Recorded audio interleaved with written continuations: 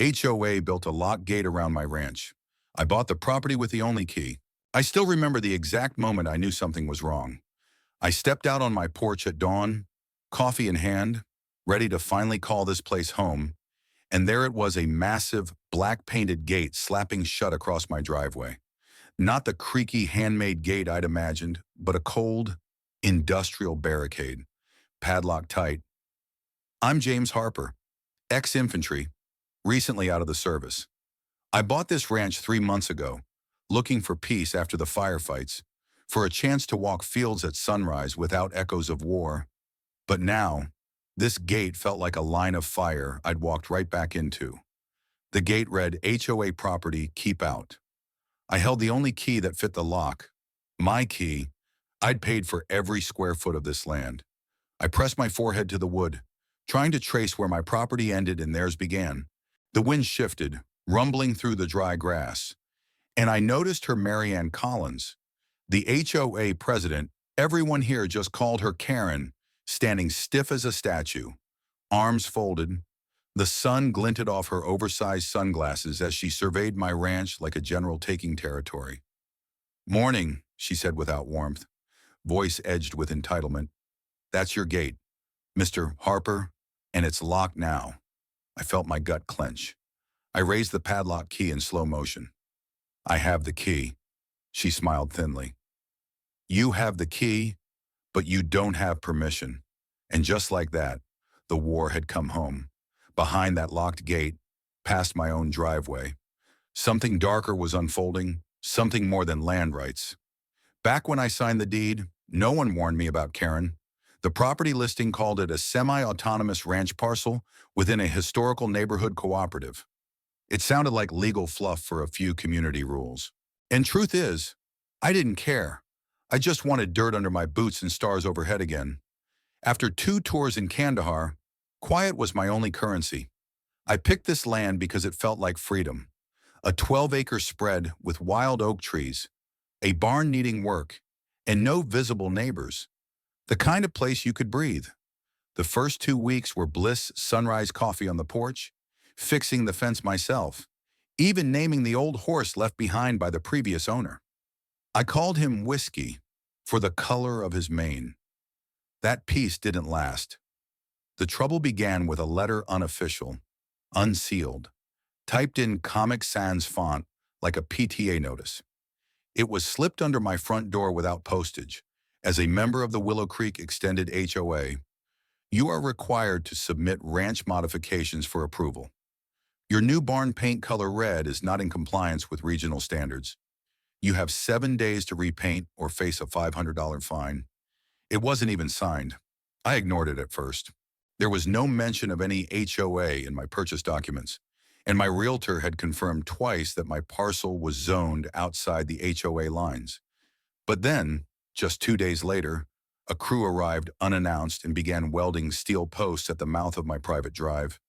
"Who hired you?" I asked, stepping out with my Glock holstered, not drawn, but visible. The men hesitated. "HOA request," the lead welder answered, pointing to a laminated paper. "New community gate system. Says here your drive connects to shared access." It didn't. That drive had been used exclusively by this property for decades. I told them to stop. They told me to call the HOA. So I did. Karen answered like she'd been expecting my call. "Mr. Harper," she said sweetly, "as a homeowner in this region, your compliance benefits us all.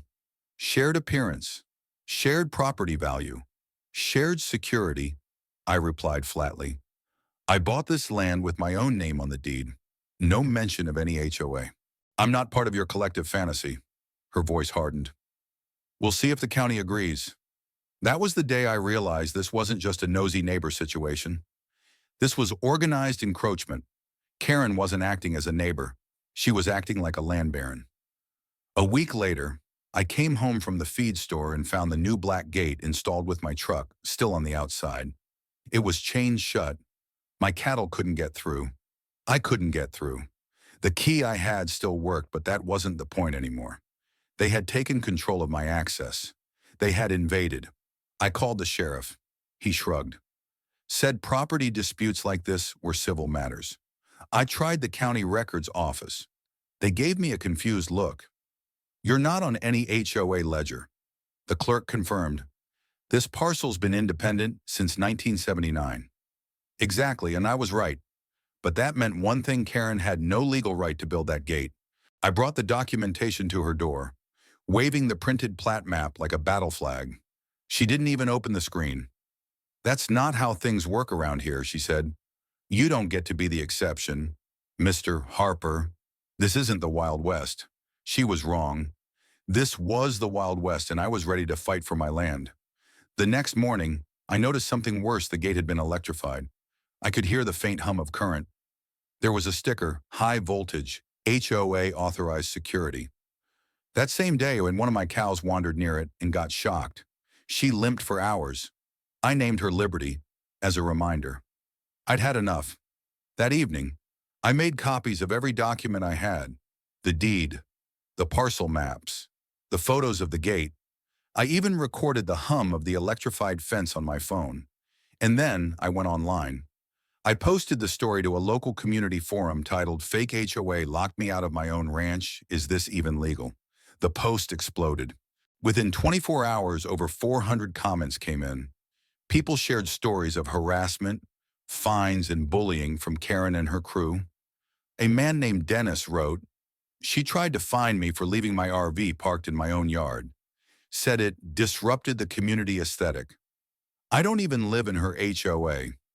That was the moment I understood this wasn't personal. Karen was a predator, and I wasn't her only prey, but I was going to be her last. I didn't sleep much after that night, not out of fear, but fury. There's a special kind of betrayal that comes not with violence, but with quiet entitlement when someone looks you in the eye and says, "This isn't yours anymore," and thinks they're doing you a favor. By dawn, I was at the county clerk's office again, this time with a plan. I requested every single plat map, zoning ordinance, historic record, and subdivision document tied to my land and the adjacent properties. The clerk raised an eyebrow, but printed them without protest. I spent the next 2 days buried in maps, markers, and a battered yellow legal pad. My dining room looked like a war room. By the time the sun set on day 2, I had something better than hope. I had a pattern. Karen's so-called HOA authority had been spreading like cancer illegally across 3 parcels that didn't even border the original Willow Creek subdivision, mine included. The boundaries had never been amended officially, but then I noticed something odd. 6 months ago, exactly 2 weeks before I bought my ranch, an LLC called WCK Developments filed an intent to amend HOA zoning with the local council. It was stamped pending review, not approved. Guess who was listed as the registered agent of WCK Developments? Marianne Collins. Karen. I laughed when I saw it, not because it was funny, but because it was so obviously stupid. She'd tried to expand her HOA empire before the paperwork even existed. She built a fence over land she didn't own and installed electrified barriers like she was queen of the prairie. And worse, she'd submitted the application after I had already signed on my property. That made everything, every letter, every fine, every restriction fraud. I printed out every record, highlighted names, created a timeline. I even found minutes from a closed HOA board meeting where Karen had declared, "We need to be proactive before the new buyers settle in. Once we secure visibility and control, values will double." That same night, I drove down to the far end of my fence line where the land met the county road and parked. The stars were out, and my headlamp lit up the warped aluminum gate where Karen's team had bolted a camera to a nearby post. It blinked red at me like an accusation. I followed the cable with my flashlight. It didn't run into any HOA system. It led into a half-buried junction box, poorly hidden behind a fake rock. I opened it with a screwdriver. Inside, a mobile rotor, solar-powered battery, and a cellular uplink. I traced the IP on my phone. The camera wasn't just for security, it was streaming live to a private YouTube channel labeled WCK Monitoring, Region 3. I opened the link and stared in disbelief. There I was, standing in front of my own gate, recorded, watched, violated. That's when I realized this went far beyond fences. Karen wasn't just power hungry. She was documenting us for control or leverage or money. And I had proof. The next morning, I drove to City Hall and requested an appointment with Councilman De La Rosa, who represented our district. I handed him the manila folder across his desk. "You need to see this," I said. "This HOA is expanding illegally. They're harassing residents, building barriers, streaming private surveillance, and falsifying zoning records. Here's everything." He glanced through the folder. "I've heard complaints," he muttered, "but nothing this organized." "That's the problem," I said. "Nobody puts it together. One cow shocked, one RV fined, one gate locked. People think it's a one-time thing, but this is a pattern, a takeover." He leaned back, thoughtful. "Karen Collins sits on the Housing Advisory Board. You know, my blood chilled. Then she's using her position to expand her influence. She's exploiting that title to strong-arm homeowners out of compliance." He didn't answer, but he slid the folder toward his assistant and nodded. "I'll escalate this." Quietly. You didn't hear that from me. As I walked out of his office, a strange sensation crawled up my spine, like I was being watched. When I returned to the ranch, sure enough, the camera was gone. The post was sawed off clean. Someone had been there. Someone had known. I checked the barn, the shed, the horse paddock. Nothing stolen, but there was a note tacked to my door. Typed, no signature.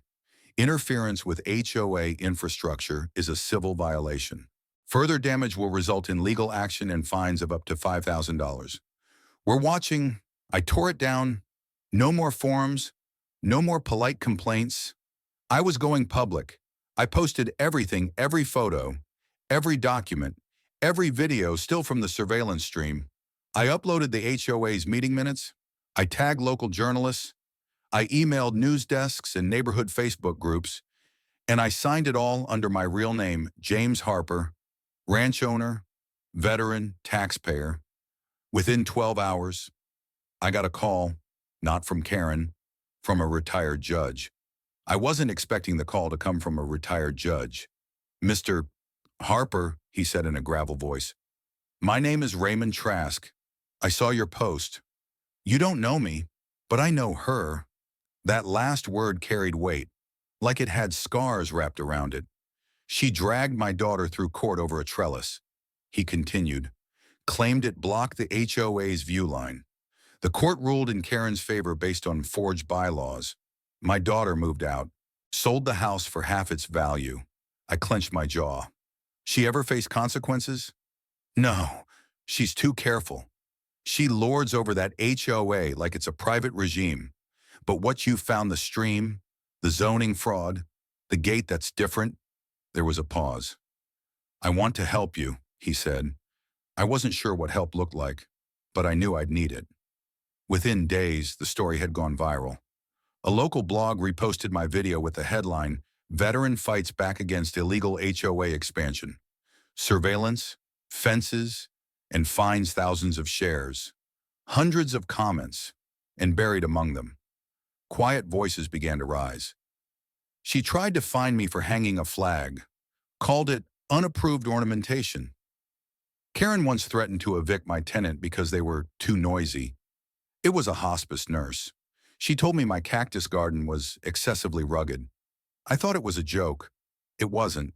I made a list. Then I made calls. That's how I met Eddie Price, a retired mail carrier with Parkinson's, who'd been fined $200 by Karen for installing a wheelchair ramp without stylistic approval. Jenny Alvarez, a school teacher whose son's therapy swing had been labeled unsightly mechanical clutter. Marshall Green, a stonemason whose property was seized after repeated infractions and quietly sold to a company later revealed to be WCK Developments. Same LLC, same queen pin. We met on my ranch under the stars. No cameras, no phones. "What do we even do?" Eddie asked. "She owns the board, and the county's scared of her. She doesn't own the truth." I said, and truth is louder when we shout it together. That night, we formed our own committee, no president, no bylaws, no fine print, just neighbors, witnesses, fighters. The only dues required your voice. But the most surprising ally showed up the next day. I was hammering in new fence posts along the north boundary when a dusty Lexus pulled up. Out stepped a woman in pumps, tan slacks, nervous eyes. "My name is Mira Jennings," she said. "I used to be on the HOA advisory board. I resigned 2 months ago." I raised an eyebrow. "Why? Because I found this," she said, handing me a flash drive. "Karen's been documenting private homeowners, people who aren't even in the HOA. She's built a dossier on over 40 individuals." I swallowed hard. "Why are you giving this to me?" "Because I was one of them," she said, voice shaking. "I found my own name in one of her reports. She kept records of my bank statements, my mother's prescriptions, even the church I attend. I think she thought I was a threat." My hands curled into fists, not out of fear but rage. "You're with us now," I said. That night, we opened the drive together in my cabin. Inside were dozens of folders, names, addresses, footage, voice recordings, some of it illegal, all of it terrifying. "This is a surveillance state," Jenny whispered, staring at the screen. "And no one gave consent. I uploaded everything to a secure cloud, password protected, multiple backups. If something happened to us, this wouldn't disappear." Raymond Trask, the retired judge, agreed to serve as our legal liaison. Mira contacted a journalist from the Denver Chronicle. I began building a website, www.takebackourland.org, posting only verifiable evidence, stories, testimonials. Karen tried to fight back. She sent cease and desist letters, claimed we were defaming a public institution. She even tried to report me for unauthorized community organizing. The sheriff came out, took one look at my gate, the camera, the electrified sign, and shook his head. "Son," he said, "I can't tell you what to do, but if it were my land, I'd cut that gate clean in half." So I did. With a torch, we live-streamed it. Titled the stream, "Taking Back What's Ours." Live from Liberty Ranch, 15,000 viewers. Then 50,000. We weren't quiet anymore. Karen didn't show up the next day. She didn't send her board either. But what did arrive was a court summons from us. Against her, fraud, trespassing, malicious interference, civil conspiracy, unlawful surveillance. We had evidence, witnesses, motive, and the public on our side. Our first hearing was scheduled for the following week. As we stepped out of the courthouse into a sea of local press, Mira whispered, "You think she'll back down?" I looked up at the courthouse flag snapping loud in the wind. "She'll fall." It started like most things in the legal world, quietly, boringly. Papers, motions, benches. But by day 2, it was anything but. Karen had brought a lawyer, sleek, precise, and smug. He tried to discredit me early. "So you're not a lawyer. You have no formal land use training. Why should this court trust your interpretation of zoning maps I don't interpret?" I said, holding up the actual zoning record. "I just read this. I tapped. It says her authority ends at Creek Bend Lane. My property is 2 miles west of that," he objected. The judge overruled. We presented the footage, the dossiers, the HOA meeting minutes with quotes like, "We'll push the boundary before they know what's legal." We brought in Eddie, Jenny, Mira, and even 2 former HOA board members who admitted they'd voted under pressure, threatened with fines or social ruin. Then came Raymond Trask. He stood tall, still carrying the weight of decades on the bench. "I've reviewed the documentation," he told the court. "This is not merely an HOA overreach. This is an orchestrated expansion for financial control under the guise of neighborhood preservation. It is unlawful, it is predatory, and it must be stopped." Karen didn't speak for most of it. She sat motionless, except for the occasional whisper to her lawyer. But when we presented the last piece, the live stream from the buried camera, something changed. The court played 60 seconds of footage. Me, in my own yard. Picking up trash by the barn. A close-up zoom, then an ominous whisper in the audio. We'll cite him for obstruction next week. Karen stood up suddenly. That video was edited.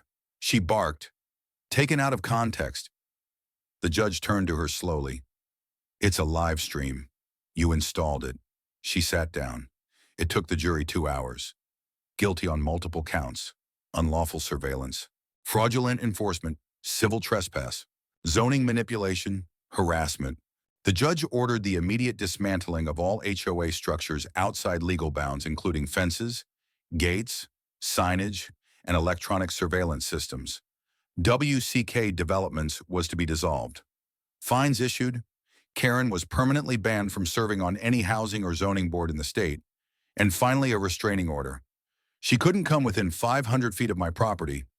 As we walked out of court that afternoon, sunlight warmed my face like justice itself.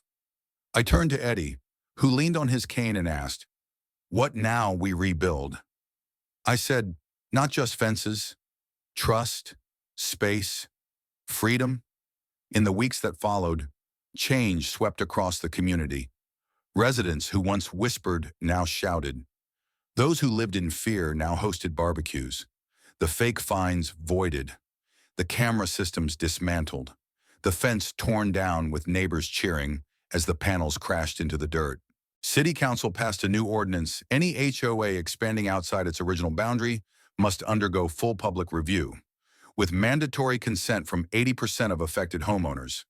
Transparency became law. Mira was appointed to a new advisory board on housing ethics. Eddie got funding to rebuild his ramp. Jenny's son got a new therapy swing this time, publicly donated by the mayor's office. And my ranch, I planted wildflowers where the gate used to be. Every spring now, they bloom defiantly, no wires, no warnings, just color and peace. I still ride the land every morning. Sometimes, I catch neighbors along the ridge, waving. We nod, smile. Free land, free people. Karen built a gate to keep people out, but what she really did was lock herself in. In her quest for control, she lost the one thing no fence can protect: respect. This was never about just one ranch. It was about how power, when unchecked, spreads like barbed wire through a community. We cut that wire. And if you ever find yourself in the path of someone like her, someone who claims your peace is their problem, remember this: truth is public land. It belongs to all of us. Have you faced unjust HOA abuse or seen power misused in your neighborhood? Share your story. Speak up. Change only comes when silence ends. Let's talk about boundaries, not just on land, but in law, in dignity, in decency. What do you think? Was Karen a villain or a symptom of something larger? Was James right to fight fire with fire? Comment, discuss, share. We're not just neighbors. We're guardians of our communities.